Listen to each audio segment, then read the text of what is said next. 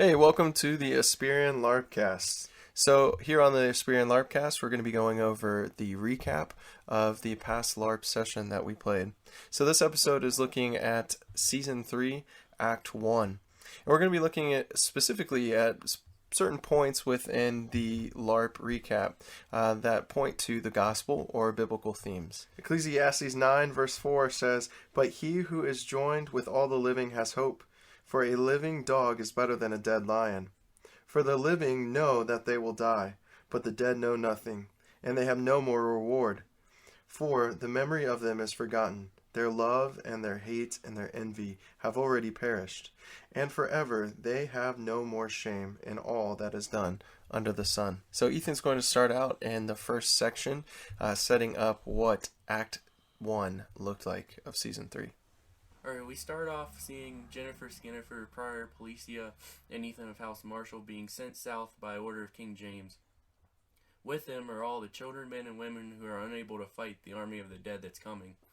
So this is starting the exodus of the valley because the army of the dead's approaching onto the valley keep and the valley's the actual town itself. So they're being sent with Bryn Knox to the Black Isles, as the Black Isles is Bryn Knox's homelands of his family.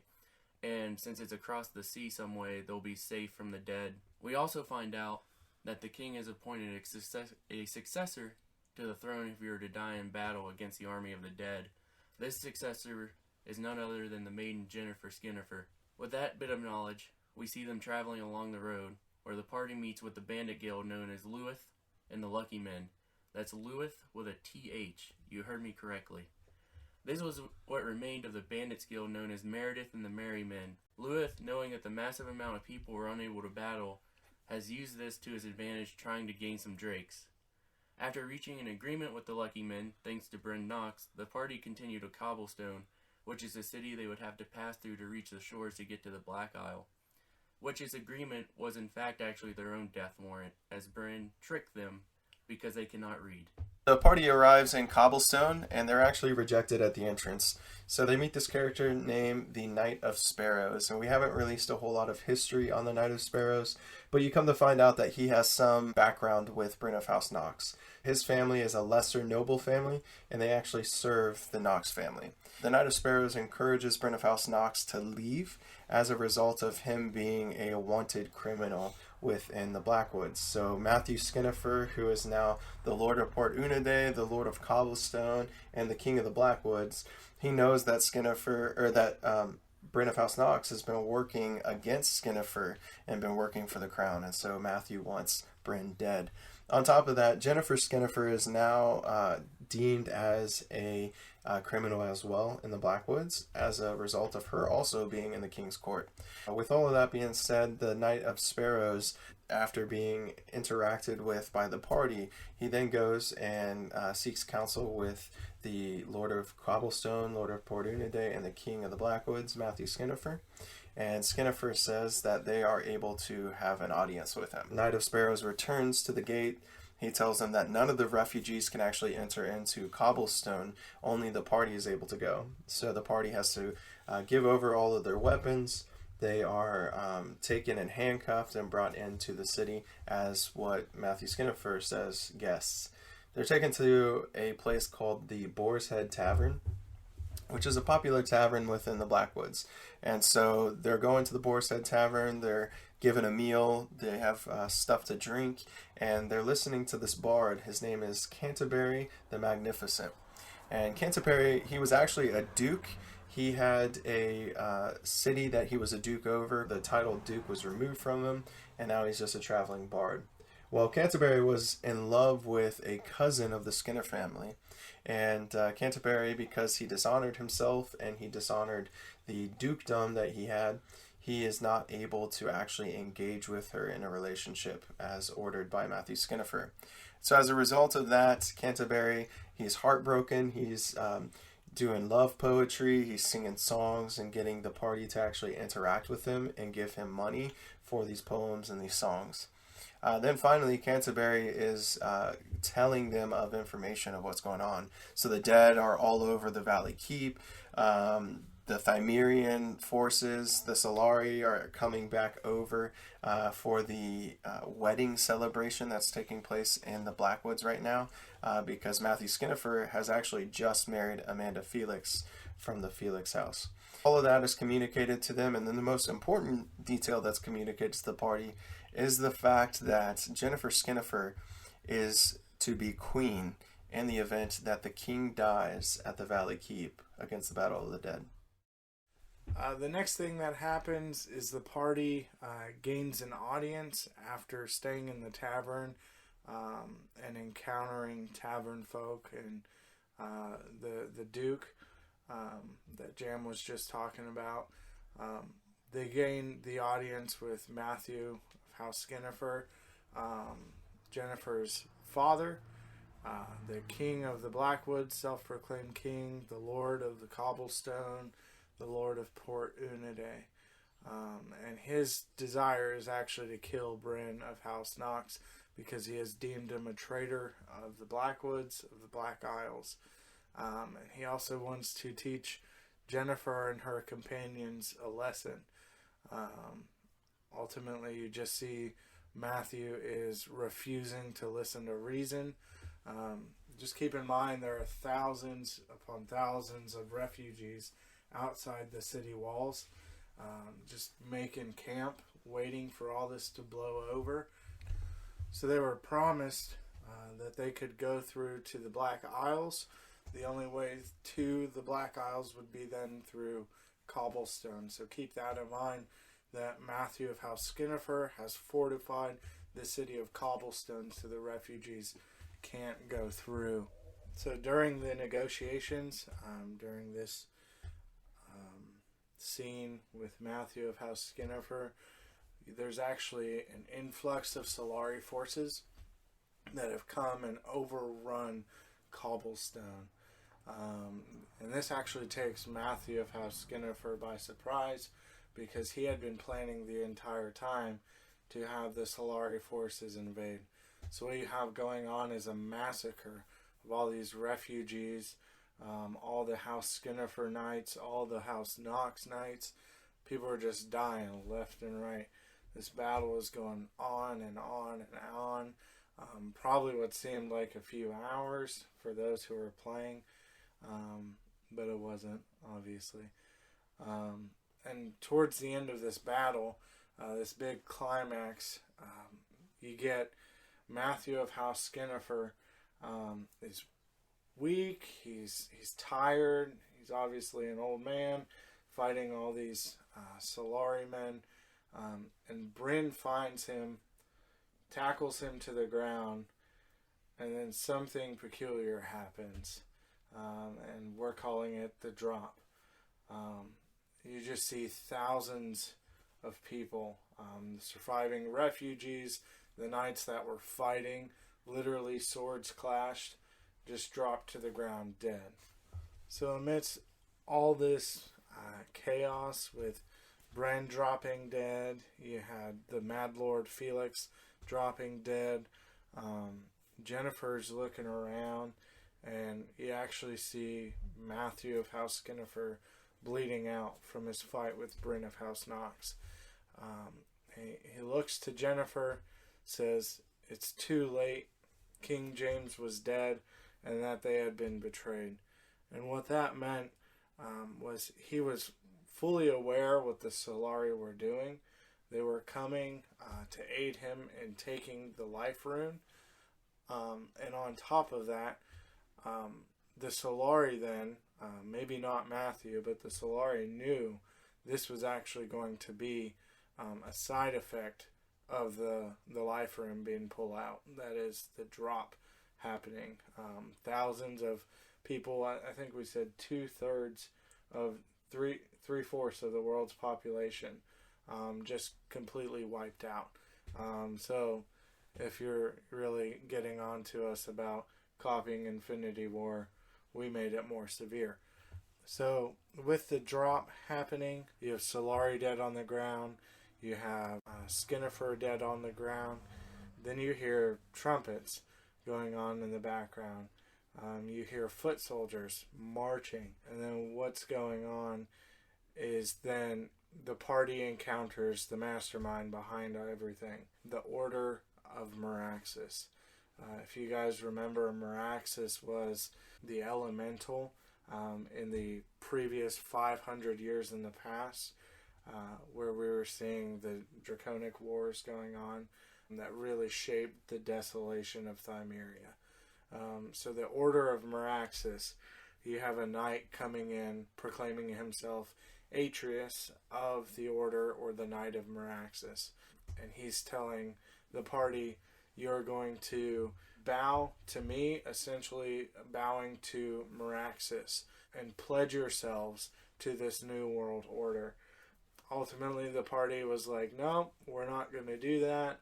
We're going to fight this dude. And he flexed his pinky, and people were just dropping left and right. The party ends up fighting him. They beat the boss battle, and for them it appears as Atreus is dead. Alright everyone, so that was the Season 3 Act 1 recap. Now we're going to break into some conversation talking about biblical principles we saw within Act 1 of Season 3. First thing I think of is the character of Matthew Skinnifer. I'm reminded of the Proverbs, and in the Proverbs 3 verse 35 says, "The wise one inherit honor, but fools get disgrace." And so you really see this character, Matthew Skinnifer, chalk on a hit at it. This idea of Matthew Skinnifer not being willing to listen to reason. We know the scriptures call us to reason. And so here you have Matthew Skinnifer, who ultimately, because he does not seek reason, he does not seek wisdom, he is then disgraced. Everything that he built for himself is then crumbled into the ground as a result. And what's interesting is then you have the dynamic of a wise character, Jennifer Skinnifer, and she is now receiving honor. She's received the title of queen as a result of the king being killed, and now she has an entire following of people. Immediately in the scene where she's fighting against the Knights of Meraxes, you have the entirety of the Blackwoods rallying around this queen and honoring this woman who just recently became the queen. And so you see this cool contrast that Proverbs 3:35 is talking about. Chad, you're talking about Job 2. You want to talk about that a little bit? Yeah, so I looked it up. It's actually Job 1. I was wrong. Yeah, so Jam asked us before we started recording, what were some biblical principles you thought happened? And honestly, I just thought about, we're looking at Job, and you look at him losing his kids, you look at him ultimately losing his wife, losing his land, his money.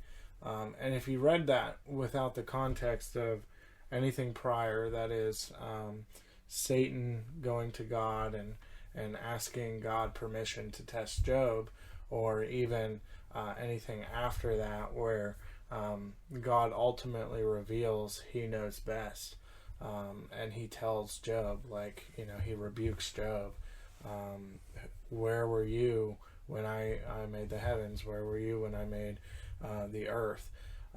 Ultimately saying, my ways are better, as we see in Isaiah. My thoughts are higher, my ways are better than all your ways and all your thoughts. But if we just look at those isolated incidents, like if we just look at the isolated incident of the drop, or even what's going on in the Blackwoods, it just sounds and looks like desolation. It looks like everything is meaningless. That's why we opened up with Ecclesiastes. Everything is meaningless. There's death everywhere, and there's no meaning. But when you look in contrast to, or in context of everything, you actually see the overarching theme that God is in control. He does know what is better for us, and he does know ultimately everything that happens for those who believe in him is for their good. Ecclesiastes 9 is so crucial in just thinking through this last LARP session. You have the army of the living that is fighting for life, essentially. And then the dead, they're amassing around the entirety of the valley keep. That's the last time we saw those who were in the valley. And what you have going on now is the army of the living is fighting against the living. And so you have living versus living, even though there's a real threat of death. And so Ecclesiastes 9 is getting at this idea of their love, their hate, their envy, all of it is perished. And they will no longer share in all that is done under the sun. And so really this meaninglessness of life apart from following after or trusting in the plan of the Lord. And so you see the king back in the valley who is trusting in the plan of the Lord of light. And he sent the entirety of his people to go down to the Black Isles to escape the coming, and he's seeking after the wisdom of the Lord of Light in that moment. And so I was just reminded of Ecclesiastes 9. Do you have somewhere you want to talk about, Ethan? I did a quick look up of Fool, thinking through Lewis, Torque, and the Lucky Men, because they're all fools. And I brought to Proverbs 10, and there's a lot of Proverbs 10 that can apply to the context of Lewis. But 10:9 says, "Whoever walks in integrity walks securely, but he who makes his way crooked will be found out." 10:10 is, "Whoever winks the eye causes trouble, and a babbling fool will come to ruin." And then 10:13, "On the lips of him who has understanding wisdom is found, but a rod is for the back of him who lacks sense." So just thinking through the conversation between Jennifer Skinnifer's party and Lewitt's men. Lewitt's men were the fool in this case, as they were aiming for money, aiming for their own self-interest, where Jennifer Skinnifer's carrying out the Lord of Light and trusting in the Lord of Light being God in this case. And we see that ultimately Lewis got their own death sentence handed to them by Bryn, as the fools they are, for seeking their own self-interest and making themselves their own gods and money their God, and their hatred their God, as opposed to the Lord of Light their God. Yeah, and you see that theme carried throughout the entirety of Act 1 of Season 3. The idea of false gods and individual worshiping. And so Matthew Skinnifer is doing the same exact thing. You see the Solari, they're coming and invading, and they are breaking truces that they have formed with the Skinnifers, for example, out of their own desire for perseverance. And then what is then the downfall to the Solari is the fact that they weren't expecting the Knights of Meraxus, the Order of Meraxus, to come and kind of overtake everything that they were even planning. And so when we, that's why Ecclesiastes is so important, because when we go to these false idols and we trust in and worship in these false idols, we tend to think that these false idols will help us and secure us and save us. And the reality is nothing that we worship under the sun apart from God will actually ever save us. And so there's so much significance in everything we talk through of wisdom and folly and false idols. Of course, we know wisdom is started from the fear and the knowledge of the Lord. And so apart from fear and knowledge of the Lord, there's nothing under the sun that is going to help us or save us. And that's ultimately what we see at the very end of Season 3. Or at the very end of Act 1 of Season 3, is this idea of like hopelessness. You just have 3/4 of the population, 2/3 of the population completely wiped out. You have the king, who's been this crucial character to put forth the plot line, killed. You have this new, bigger threat than the Solari coming, and what we think is having defeated, this big boss battle. We think he's dead. And yeah, so I was just thinking about in regards to Matthew, who's partnering up with the Mad Lord Felix. As we remember, the Mad Lord Felix was literally just running around the entire area. Hunter killed it with that.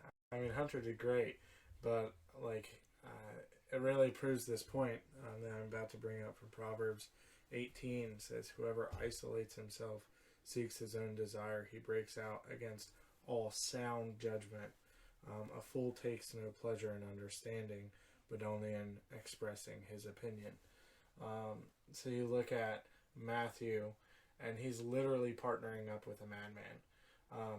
Right there, it's all sound judgment. He breaks out against all sound judgment.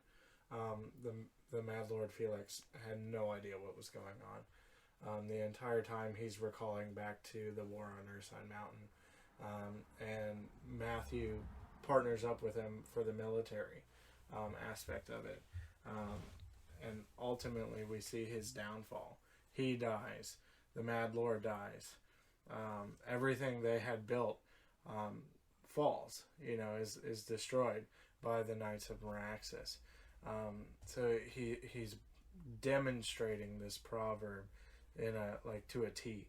Yeah, and that alliance with the Mad Lord Felix is something that's bizarre too, because you do have the Felix house with a great military army, but most of their focus has been on protecting the valley and the Blackwoods from the Marshlanders. And so even in Matthew Skinnifer trying to partner with them, it's interesting because there's not a whole lot of forces that can come and help with Port Unide per se. We continue to get this theme of wisdom versus folly. Matthew, in almost every single way, he has isolated himself. Of course, we know Matthew had sent his own son, Matthew Skinnifer II, to the valley, and he was trying to basically infiltrate the valley in a way of killing and usurping the king to put Queen Tila in that position. And in doing so, he removed himself from any fellowship or any communion that he had with anyone else in all of Asperia. The fact that he teamed up with a madman who, as you pointed out, like Hunter was running around the entirety of the LARP ground and he's just randomly screaming things. And even at points, I remember playing Matthew and having Felix sent away because I just couldn't concentrate and play because Felix is he's too all over the place for me. And so even then you have Jennifer who's calling him the reason. And I remember at one point trying to mime smacking Jennifer as Matthew is the father of Jennifer Skinnifer. It was uncomfortable.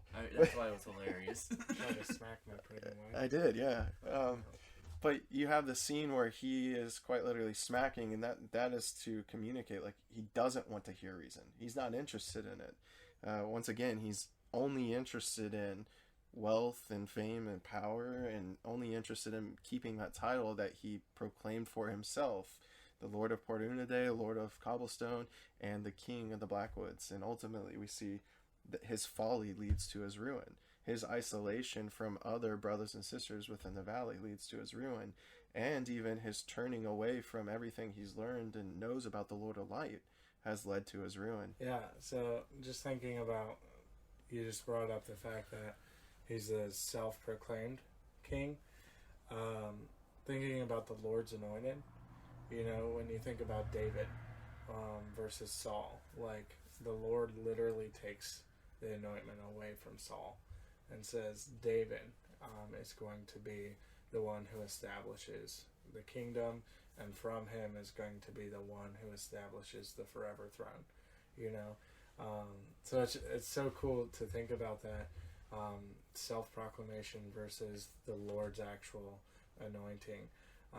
He thought with his best interest that it would be the best interest of the valley, and ultimately we see he murdered 3/4 of the population. Yeah, most definitely. You can look at Matthew Skinnifer and trace back murder and bloodshed. You can trace back Marshlanders, for example, who have come into the Blackwoods and the valley under the authority of Matthew Skinnifer, being raped and murdered as a result of Matthew trying to gain the power. Ethan, do you have any closing thoughts? I was just thinking through Romans 1:21 through 23. For although they knew God, they did not honor him as God or give thanks to him, but they became futile in their thinking, and their foolish hearts were darkened. Claiming to be wise, they became fools and exchanged the glory of the immortal God for images resembling mortal man and birds and animals and creeping things. So that's presuppositional thought of humanity and humans giving up actually worshiping the true God, in this case the Lord of Light, for money, for power, for their own images of themselves and what they are worshiping themselves to be, and being, as Matthew Skinnifer's, wanting power and to see himself as powerful and wise in his own right, instead of looking to God as rightfully the provider and rightfully the wisest of the wise. Yeah, and that's ultimately what we were trying to get at with the creation of the judges in Thymeria. Everyone does what is right in their own eyes. That's a super big theme within the book of Judges itself, and you're seeing that played out hardcore within Aspirian LARP storyline is everyone who does what is right in their own eyes and disregards what is right in the eyes of the Lord ultimately leads to their own ruin and their old folly. And so, I mean, you could see that with Divin, for example. You go as far back to season 1 with Divin, who reveals his master plan and reveals why he is all wise and all powerful for joining with the queen. And ultimately, he's doing what's right in his own eyes, but it leads to his own destruction. He gets decapitated as a result of that. Immediately decapitated. Yeah. So that's cool. There's a lot of cool things that we're seeing within season 3, Act 1. And I'm sure there's going to be a lot more cool things that we're going to see in season 3, Act 2. So that's how we've been thinking about God's Word, and how LARP Season 3, Act 1 in particular has been pointing back to it. And we're looking forward to hearing from you guys of how you've been thinking about God's Word and how LARP's been reflecting on that. So let us know, and we'll see you next time. What? Tightens up.